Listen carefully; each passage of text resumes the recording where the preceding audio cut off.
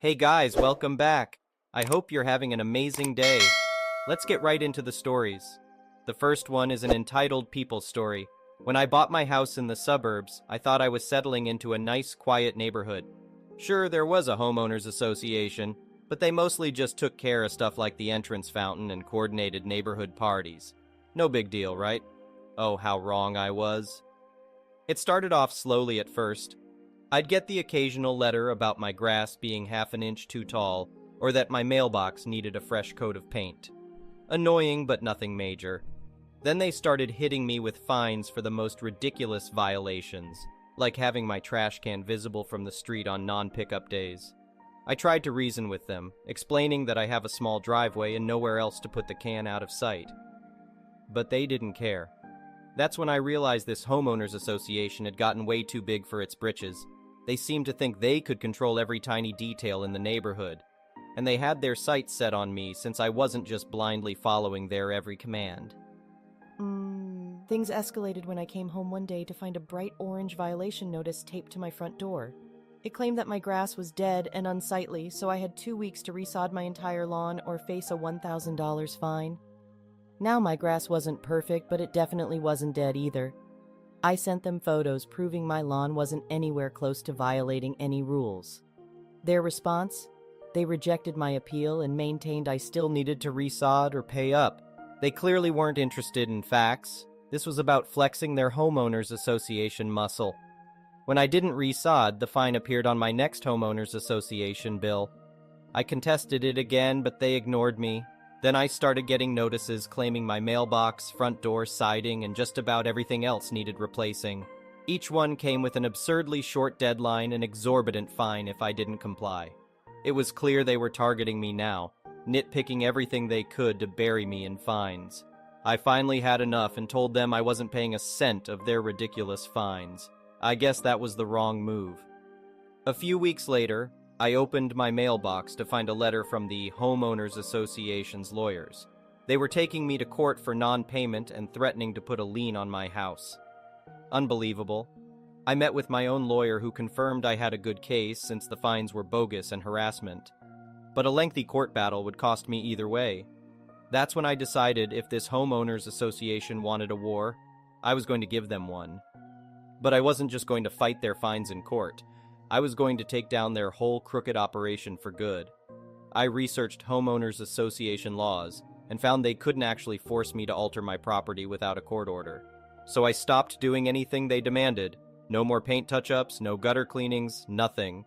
If they wanted to take me to court, I welcomed it. I also started an online petition to reform the homeowners association bylaws. I canvassed neighbors to share their homeowners association horror stories and scandals. Many had been dealing with similar harassment. My petition gained steam as more people were fed up with the Homeowners Association's self-serving rules. I submitted my petition to the Homeowners Association Board, demanding they reform their archaic bylaws and curb their harassment tactics. They refused, dismissing me as a lone, disgruntled homeowner. Little did they know I wasn't alone. I rallied our neighborhood at the next Homeowners Association election meeting. We showed up in force, voting out the power-hungry incumbents and voting in reasonable candidates committed to Homeowners Association reform. The very next week, the new board dismissed all fines against me. They sent apologies for the previous board's misconduct. Additional bylaw reforms gave homeowners rights to contest fines and violations fairly. As for the lawsuit against me, we countersued for harassment, serving notices to depose all former board members. Not wanting their misconduct exposed, the Homeowners Association quickly offered to settle by paying all my legal fees. I agreed on the condition they adopt a zero-tolerance policy for harassment moving forward. Through perseverance and organizing my neighbors against injustice, I defeated the Homeowners Association's campaign of harassment against me. Their dreams of unchecked power over the neighborhood were destroyed for good. My story serves as a warning to other homeowners. Don't take abuse from homeowners associations lying down. Know your rights and fight back against coercion disguised as rules. With persistence and allies among your neighbors, you can overthrow the tyranny of a power-hungry homeowners association. My saga proves that the little guy can take on injustice and win. You just have to stand up for yourself and what's right. The next one is a pro-revenge story. Minor details might not be entirely accurate, as I've no interest in a revival of this conflict on any level. I won completely, and any resurrection can only taint the experience. We'll start off by noting that I spent about 2 decades working in security. During that time, I worked in many different types of security in various locations. The one that matters for this story was the time spent in the rental housing tribunal in a major city as a kind of bailiff. For those not knowing what that is, think of a courtroom. In a major city anyway. In a smaller town, it'll probably be an event room in a hotel or community center, as you'd see on TV, but with less formality and an adjudicator instead of a judge. They functionally are the same thing for landlords and tenants, but they definitely aren't the same thing. This place exclusively deals with landlord and tenant disputes, and it is the only place to resolve landlord and tenant disputes. Note that I wasn't a bailiff, and it wasn't a court, but these terms mostly accurately describe the situation and my place in it. For 2 years, I worked at the rental housing tribunal. It was early in my time in security when I was 18-20-ish. Being as it was a major city, the sheer number of cases I sat through was beyond my ability to count. I saw everything there was to see. No one is capable of surprising me with a story, because I've seen them all. In detail, as a side duty of mine was to ensure all parties had copies of all evidence being presented. I did a lot of photocopying and always inspected everything I copied to ensure nothing got cut off or made illegible. By the time I stopped working there, I probably knew the way everything worked well enough to be an adjudicator myself. Well, no, obviously not, but I'm certainly in no need of a lawyer either should I ever have the need to go there. I also had intimate knowledge of how the system worked beyond the actual rules. Like, for example, adjudicators would always give a little leeway to anyone representing themselves over someone who had a lawyer, or how pissed off adjudicators would get when a party was speaking out of turn. Seriously, do not do that. Skip forward almost a decade. I left the city and am in a fairly large town in the same province, same tenant laws. I have a few roommates in a decently sized townhouse. We get along well, but there's a problem. Only I can write checks and our paydays don't line up. So I'm the one who pays the rent, and I usually can't do it on the first because roommates don't usually all pay on time. We advise the landlord we might be a day or two late, but we'll always have it by the third at the latest. They have no problem with it at all. I spoke to them myself. For about a year, this works fine. No complaints from the landlord because even if we're often a day or two late, we always pay. We're also fairly quiet and don't damage the property. Nearly model tenants. I do not actually have any idea why, but one day this changed. I suspect a different person in the company started overseeing the region. One day, suddenly we got a summons to the rental housing tribunal, hereafter to be referred to as RHT, on the 2nd of the month for failure to pay rent. This doesn't actually lead to a case because we paid the same day. But now we have to pay the application fee the landlord paid to serve the summons. I idioted to the neighbor, who was also the superintendent, and eventually heard back that their contact at the company was now demanding first of the month, no exceptions. Well, that really didn't work for us, so we probably had to pay that fee 15-20 times over the next 2 years. I could have gone to tribunal over it, but we were technically without a leg to stand on, and I knew it. Maybe if I went enough times, I can ding them for harassment, but I don't have time for that, and my roommates don't care. After being split between us all, the fee wasn't enough deterrent to change our behavior, so we accepted it. If this was the only issue, there wouldn't be much of a story, though. At around the same time, the rent leeway vanished, so did mandatory maintenance. I'm not going to list everything that went wrong and wasn't fixed. You'll get a decent idea at the end. We suffered through it. We were all working too many hours at crap pay to be able to actually do anything about it. We adapted. But after about 2 years, it broke. Everyone but me up and moved out for various reasons within a 4-month period. I'm not going into any details on my roommates at all because things kinda exploded for a couple of different reasons outside of this. No reason to dig any of that up.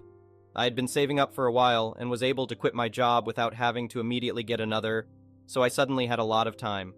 I didn't want to stay and pay the rent by myself or have to find new roommates I could live with. And with my experience in the RHT, I knew I had the landlord by the balls. So I went for them. I stopped paying rent. Annoyingly, I didn't get a summons the first month, but I did the second. So I went. With a meticulously documented plethora of evidence of failure to maintain the property and entering the property without formal notice. I had a copy for the landlord and a copy for the adjudicator. I know from experience that technically you're supposed to give the other party the evidence before the tribunal, but I also knew about that leeway an adjudicator gives to those who represent themselves, so I didn't give the landlord the evidence until our case came up. 100% total ambush. They argued they were ambushed, but the adjudicator just dismissed the case, dressed me down a little, and told me to file my own summons as I should have done. This was the petty revenge. The landlord and lawyer drove 3 hours to get there for nothing. Worse than nothing. I filed my own summons and the big day shows up. It's been about 4 months of me not paying rent at this point. I'm prepared to if I lose, but I don't think I'm going to lose. The whole thing could not have gone better. I had 20, 30 pages of evidence and 20 odd photographs. They had nothing. They had no actual defense for our water heater being out for 6 months or us not having a fridge for a year, just to mention 2 severe issues. Their entire defense rested on us being late for rent, which actually worked against them once that led to the adjudicator learning how many times we'd paid the application fee and lies that had no evidence to support them. They even talked over me a few times, and I saw in his eyes the one time I opened my mouth to protest during their turn to speak, but forced myself to shut up with every gram of willpower I had, so only a squeak came out. The adjudicator respected me. He had no respect for the landlord. I had won on every possible front. The only question was how much. It was more than I'd ever seen. I got 9 months of free rent, and the landlord was ordered to have everything fixed before the next month was over, or I'd get more. I gave notice I was leaving at the end of the 8th month and left at the end of the 9th. Because the landlord had never renewed the lease, I didn't have to give him the 3-month notice the lease specified. If you want a figure to put to it, I basically got a $13,000 judgment in my favor, adjusted for inflation and rounded. I also made the landlord and lawyer drive 3 hours, twice, only to lose. The landlord's face was so red at the end, I thought he'd have a heart attack. He didn't, though. Bye, Mark! The next one is a petty revenge story. We live in an expensive state, and rents are sky high in our modest development, but we own our little home, which shares a fence with Jake's rented home. The first indication that Jake was not as nice as he appeared was the way he kept his backyard. He had an agreement with his landlord that he would mow the lawn, but instead allowed blackberry brambles to take over the area immediately next to our fence while keeping the rest of his yard under control. When I asked him about this, he claimed it was too expensive for him to hire workers to clear that area. Eventually, we did see workers removing the blackberries as Jake complained about the extra expense. Other times, I would overhear him talking to his next-door neighbor about us. Jake is very religious, and we are not. He is born and raised in the U.S., and my husband is not. We could also tell he disapproved of what he erroneously called our lifestyle. He kept this under wraps the first couple of years while he was still getting to know us. One day he let it slip that the fear that kept him awake at night was that his landlord would raise his rent since he was on a fixed income. This made me feel bad for the guy. Then a storm blew down all 3 sides of our old wood fence. The other neighbors agreed to pay part of the cost after seeing the estimates we produced. After we handed him a letter notifying him of our intention to replace the fence, Jake told us he would talk to his landlord about it. We were months away from a replacement, but in this part of the U.S. it rains several months of the year, and you only have a small window of time to dig post holes before it starts raining again. The workers who do this are booked well in advance for this reason. So, as the deadline approached, we kept checking back with Jake, first reminding him, then pleading for him to do so, and during the last month persistently requesting his landlord's name and address so we could contact him directly. None of this worked. Jake kept delaying, and 2 weeks before the start of the work, he showed up during our family dinner to inspect the fence damage so he could report it to his landlord. I stupidly obliged and gave him a tour. On the day the workers arrived, I texted him we were assuming his landlord didn't mind the replacement because we had not heard a word from him. Then we got Jake's text explaining that he and his landlord found the fence aesthetically displeasing. We were also informed that the landlord would not be paying his half of the cost because he had not been notified in advance. By then, the fence had been completed. I was livid, but summoning the little restraint I had left, I knocked on Jake's door to ask how this had happened and why he had not given our estimates and letter to his landlord. and he lied to my face, saying we had never given him a letter or previous notification. As I was turning to leave after I told him how wrong this was, Jake dared to explain he couldn't let his landlord incur any additional expenses, lest he decide to raise his rent.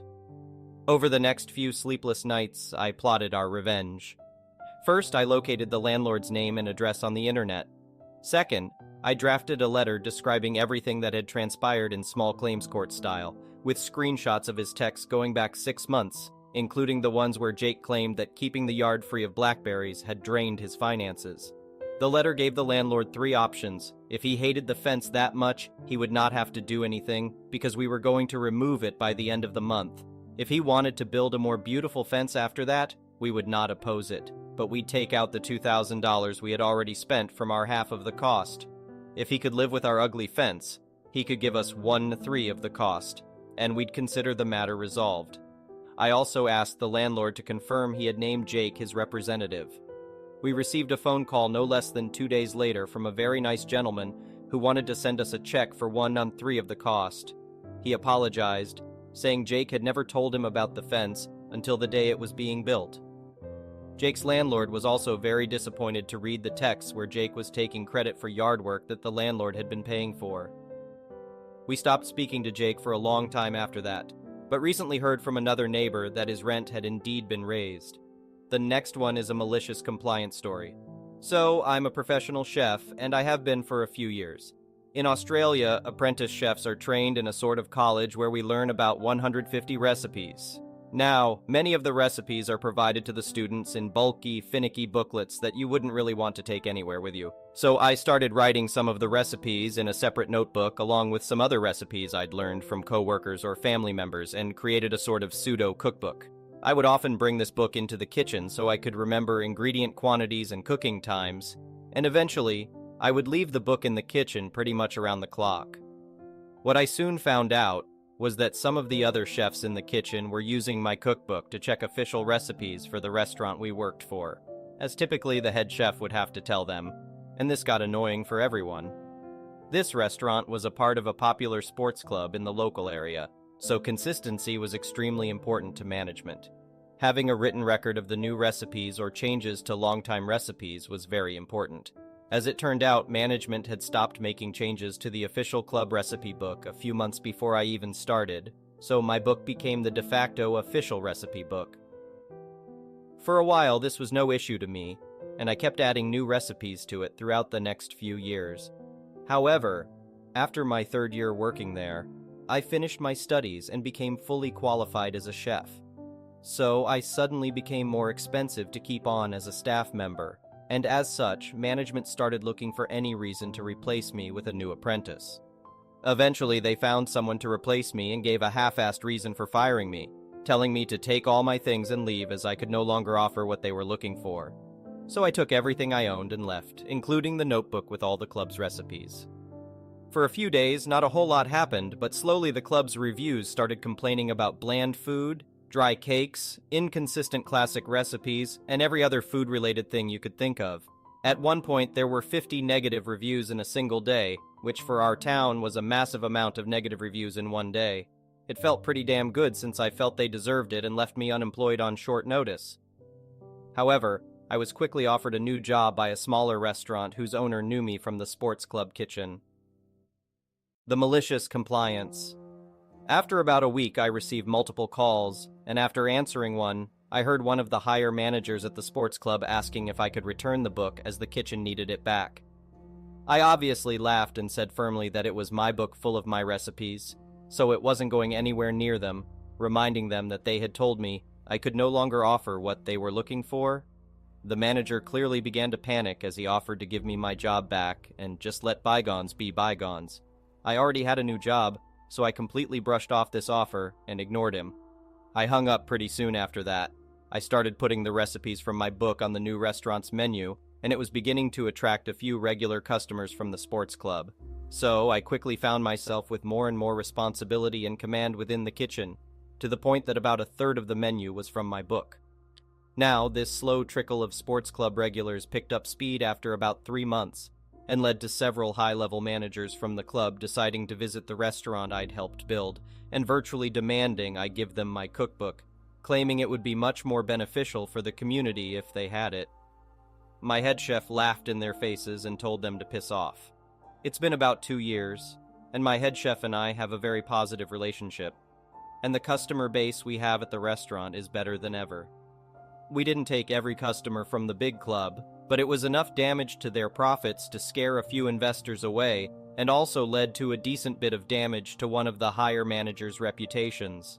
Furthermore, the recipe issues and negative reviews led to the majority of the kitchen quitting, and according to one of my old colleagues, they cited the lack of support and organization from upper management as the final reasons everyone was quitting.